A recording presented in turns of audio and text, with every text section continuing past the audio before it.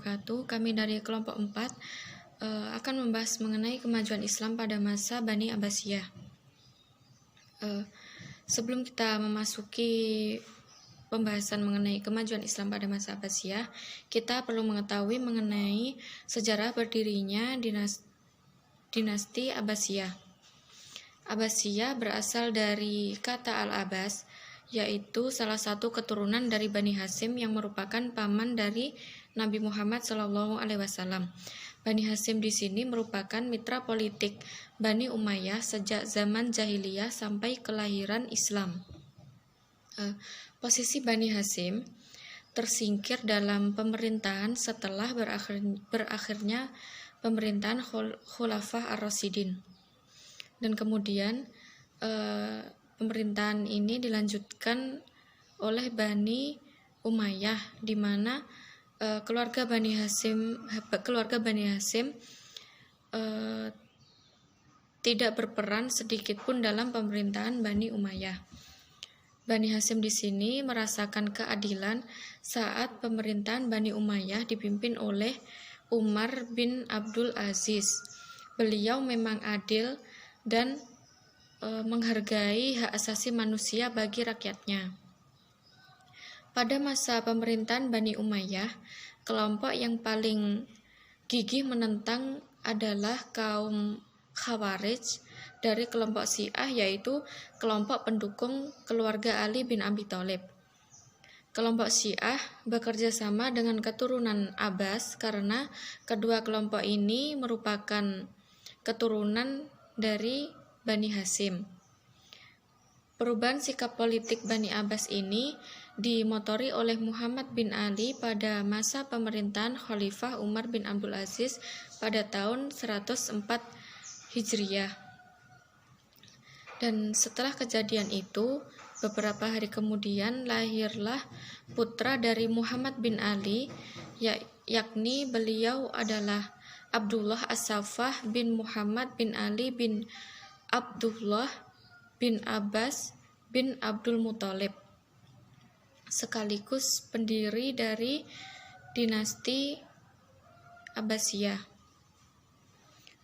Bani Abbasiyah di sini berdiri pada tahun 132 Hijriah atau 750 Masehi. Pemerintahan Bani Abbasiyah di sini berlangsung cukup lama, sekitar 5 abad. Adapun langkah-langkah dalam mendirikan Bani Abbasiyah di sini yaitu membentuk gerakan bawah tanah yang ditokoi oleh Muhammad Al-Abbas, Ibrahim Al-Imam, dan Abu Muslim Al-Khurasani. Yang kedua, menerapkan politik bersahabat, dalam artian tidak menampakkan permusuhan. Dan yang ketiga, menanggalkan nama Bani Abbas tetapi dengan menggunakan Bani Hasyim, dengan tujuan agar mendapat dukungan dari keluarga Ali bin Abi Thalib. Yang keempat, menetapkan wilayah Khurasan sebagai pusat pemerintahan yang dipimpin oleh Abu Muslim Al-Khurasani. Selanjutnya adalah tokoh-tokoh yang berperan penting dalam proses berdirinya Bani Abbasiyah. Yang pertama adalah Muhammad bin Ali. Muhammad bin Ali adalah tokoh utama pendiri Daulah Bani Abbasiyah. Beliau berhasil menghimpun kekuatan dan memiliki pengikut-pengikut yang setia terutama di daerah Khurasan. Muhammad bin Ali mempunyai anak yang selanjutnya adalah menjadi penerus generasi Bani Abbasiyah, yaitu Abdullah bin Muhammad.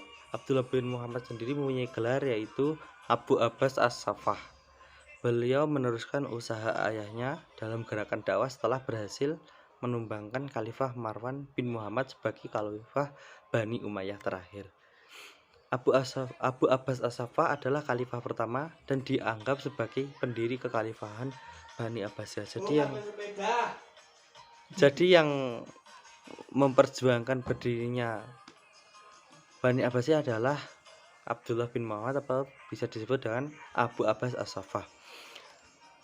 Selanjutnya adalah Abu Muslim Al-Khurasani. Beliau merupakan tokoh penting gerakan dakwah Bani Abbasiyah setelah kelompok Abbasiyah cukup kuat. Kemudian menyerang Bani Umayyah di daerah tersebut di bawah komando Abu Muslim Al-Khurasani sendiri. Gerakan ini berakhir setelah Marwan bin Muhammad dan Bani Umayyah tumbang. Adapun dari kepemimpinan Bani Abbasiyah atau kekhalifahan Bani Abbasiyah ini berjumlah 37 orang, ya bisa dilihat dalam makalah yang sudah kami kirim ya. Jadi tokoh-tokoh yang berperan penting dalam berdirinya Bani Abbasiyah yaitu yang pertama adalah Muhammad bin Ali, yang kedua adalah Abdullah bin Muhammad yaitu anaknya Muhammad bin Ali tadi, dan yang ketiga adalah Abu Muslim Al-Khurasani. Itu, terima kasih. Bismillahirrahmanirrahim. Assalamualaikum warahmatullahi wabarakatuh.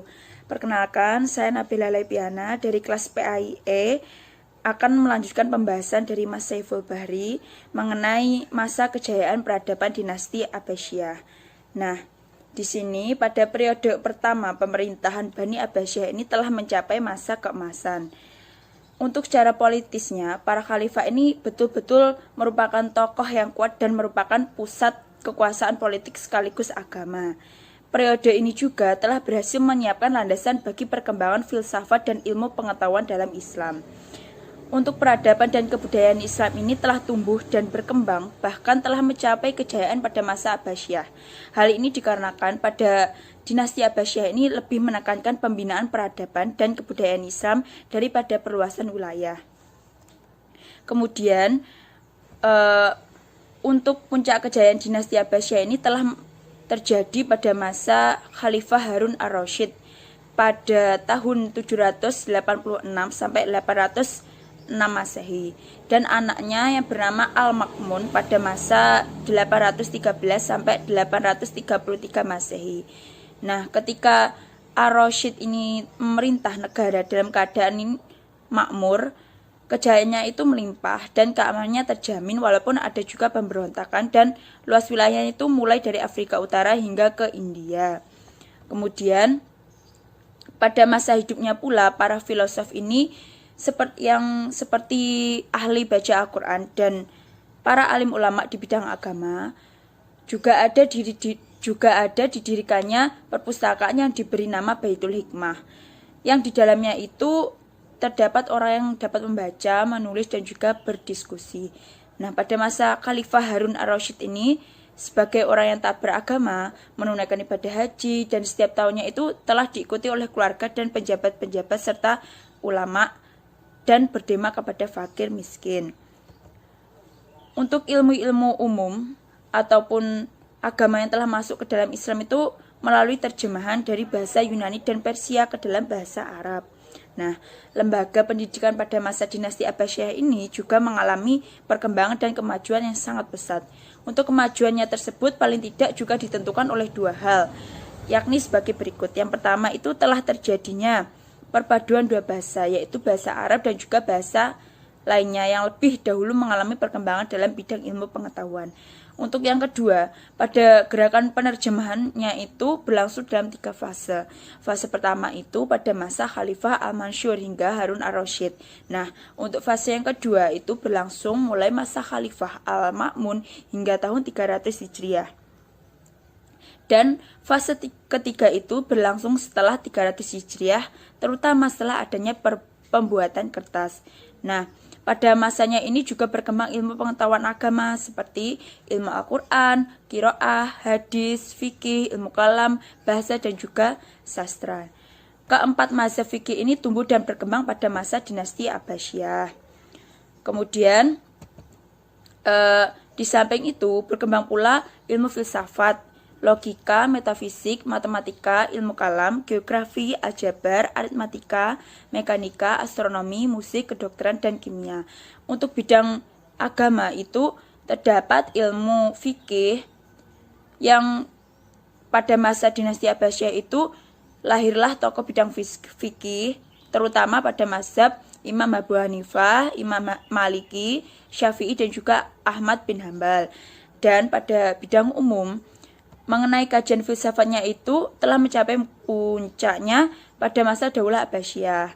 Nah, diantaranya dengan penerjemahan filsafat Yunani ke dalam bahasa Arab. Nah, itu saja yang dapat saya sampaikan mengenai peradaban pada masa Abbasiyah. Untuk kurang lebihnya saya mohon maaf. Wassalamualaikum warahmatullahi wabarakatuh.